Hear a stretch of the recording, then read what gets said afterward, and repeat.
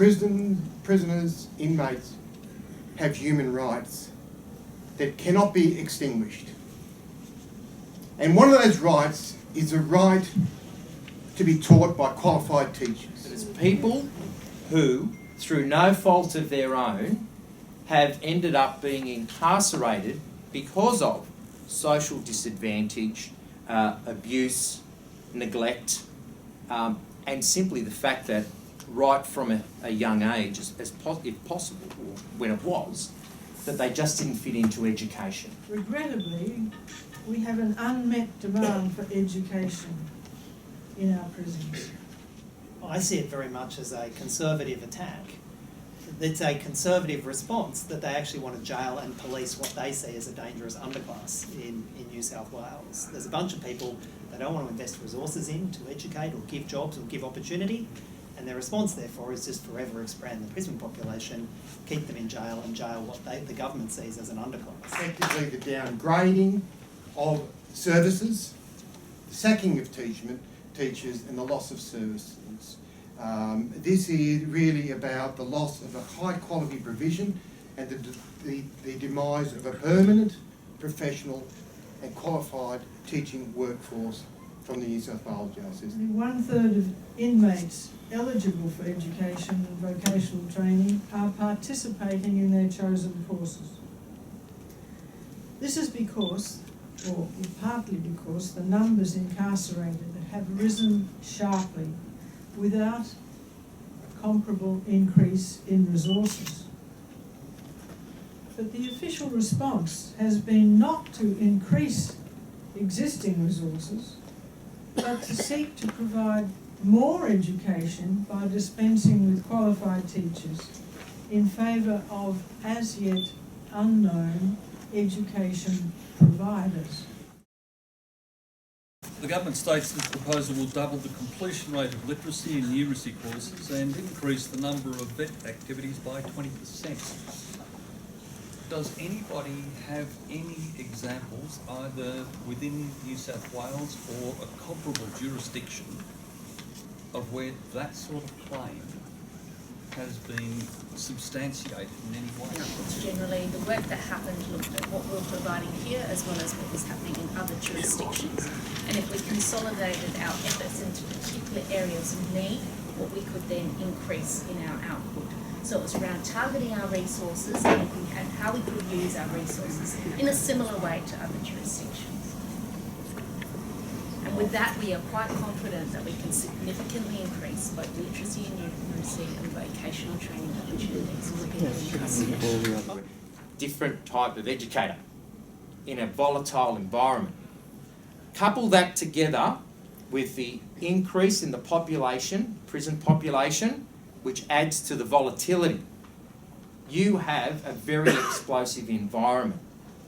So the concern is that if you have outside providers coming in and you only need to look at some of the track records with what has been happening with the delivery of vocational education courses by people outside of the TAFE system who will come in, possibly, get the chance to deliver those courses and what they will do with those men and women who are in front of you in the classroom.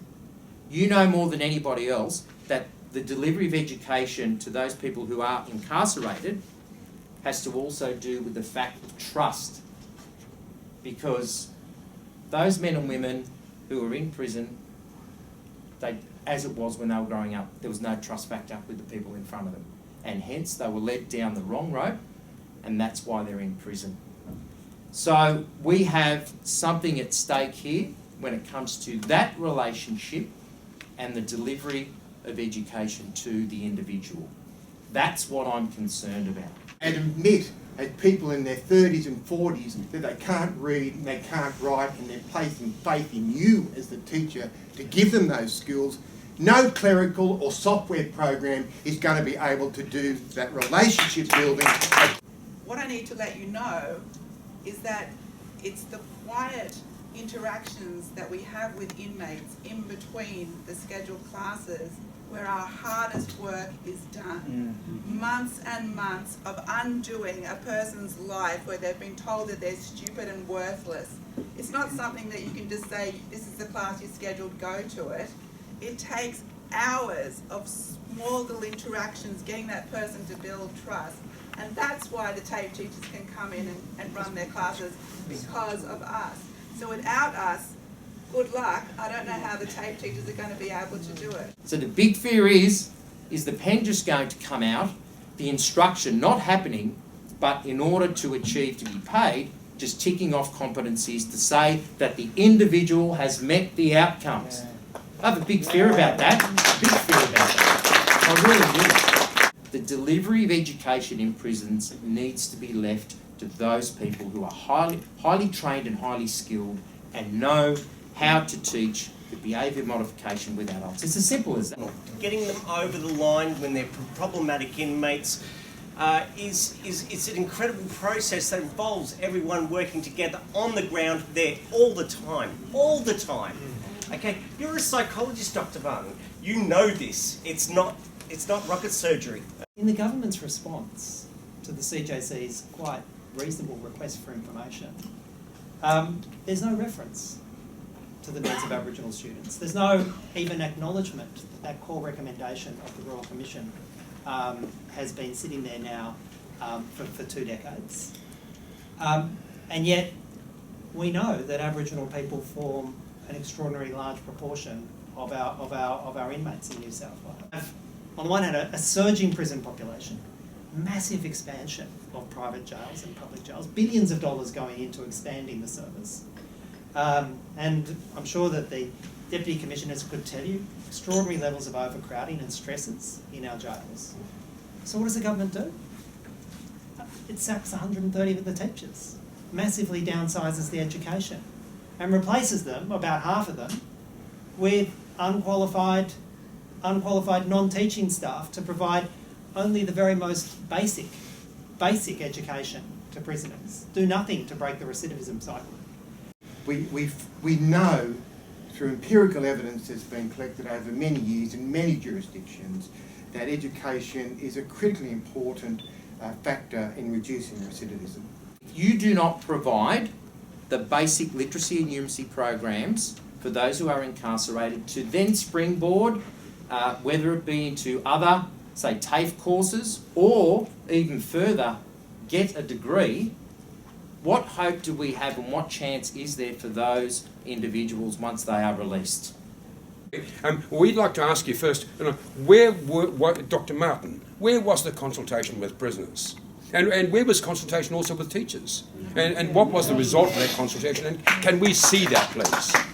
In this particular terms of reference for the review around inmate education and vocational training, you're right, it was looking at other models and focusing on outputs, and there wasn't a consultation with inmates in that process. So I acknowledge that, and I'm not going to say that there was, because there wasn't. And the terms of reference which has been circulated to people, I'm happy to circulate that again, but the information that was obtained was in line with those the terms of reference there. Teachers? Thank you. Yes. No. Was that a mistake? You're still okay with that? In terms of with the terms of reference, I think that's appropriate. We all know that the stats show us that, prisoners who receive education, we can lower the recidivism rates by 15%. If they get basic literacy and numeracy programs, which then springboard them into other programs as well. We know that.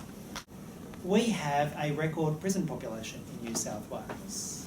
Surged beyond 12,500 inmates. 12,500 of our citizens held in jail at enormous cost, well over $350 a day on average to keep them in jail. It's happening at a time when, in the post-war world, we have the historically lowest levels of violent crime ever on record. So we're jailing more of our citizens when we've got historically the lowest levels of violent crime in the post-war.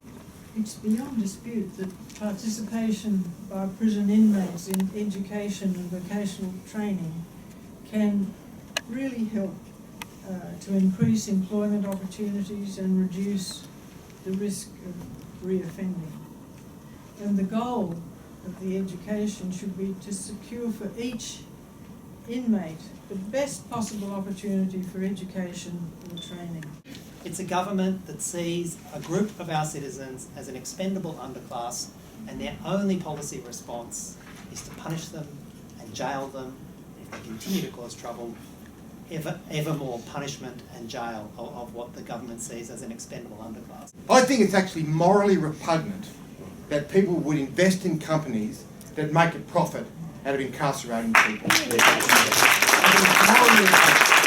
There has been a huge experiment on privatised prisons. It's been running now for about 4 decades. It's been enormously funded to the tune of countless billions of dollars. And it has comprehensively failed. It's called the United States prison system. I'm also a concerned taxpayer, and I want to know, how much do you expect to save? How much is the taxpayer going to be saved by this move? I'd really like to know what the percentage is. When the review was undertaken, there was an identified savings in the at that current time of service delivery, which was estimated at around 5 million, and at that time the government determined that they would like to reinvest that into a range of reducing reoffending strategies.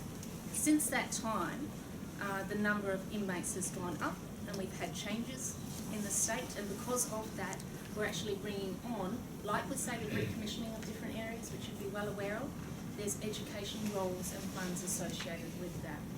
So clearly, things need to be moderated over time, but that is the figure that was put out with the review of our current model. A report put out by the Sydney University in this year of 2016. I'll quote directly from it. Again, despite being the state with the most privatised prison system in Australia, Victoria's expenditure is 19% above the national average for its prisoner per day running cost.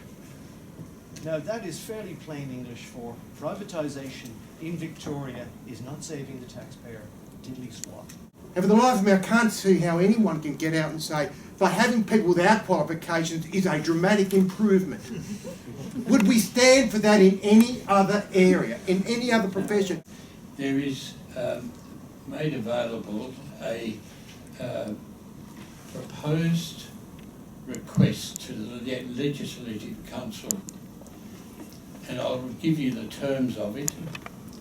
We, the undersigned, request that a meeting of the Law and Justice Committee be convened to consider the following terms of reference.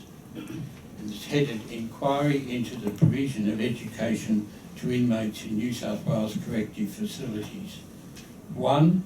That the Standing Committee on Law and Justice inquire into and report on the provision of education to inmates in New South Wales correctional facilities, and in particular, A. the role of prisoner education in rehabilitating inmates and reducing recidivism, B. the impact of proposed changes to prison education on inmates and staff, C. the role of specialist teaching staff in correctional facilities, particularly for women, young people and people with special needs, D. access to education for inmates held on remand, particularly for young people, E. whether the proposed changes will achieve the stated objective of improving performance and efficiency of the prison system, and F. any other related matters, that the committee report by blank 2016,